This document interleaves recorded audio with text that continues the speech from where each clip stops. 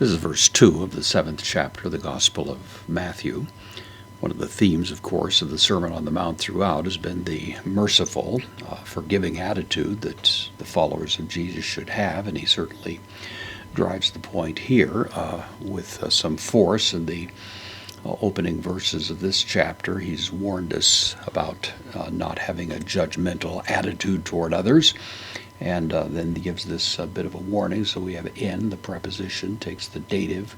Here's the dative relative pronoun, rendered which, in which, postpositive gar, so for in which, kremata, or kremati.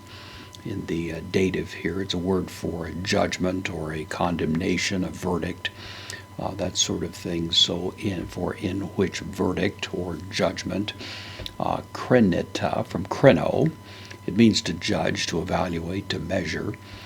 So the idea is with whatever judgment you judge others, whatever kind of standard you use would be the idea. And then the same verb here, kreno, this is the third person singular, future passive indicative, krethesesta, it will be judged. So by whatever judgment you are imposing your reckoning of the behavior of others, that's precisely the standard that will be brought against you. Kai, the connective, same construction, in, ho, in which, metro, metron, a neuter noun, means a measure, as in a measuring cup or something like that. So in which measure, metreta, it's from metreo, which means to measure something.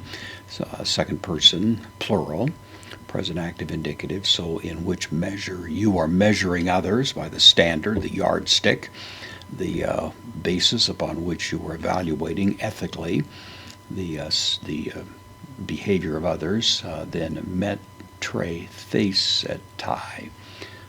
This is the future again, that will be measured back to then humen, the dative plural, to you. So the warning generally is, of course, that by whatever standard of judgment we're going to be holding others to account, that God in his providence is going to be bringing back on us precisely the same standard.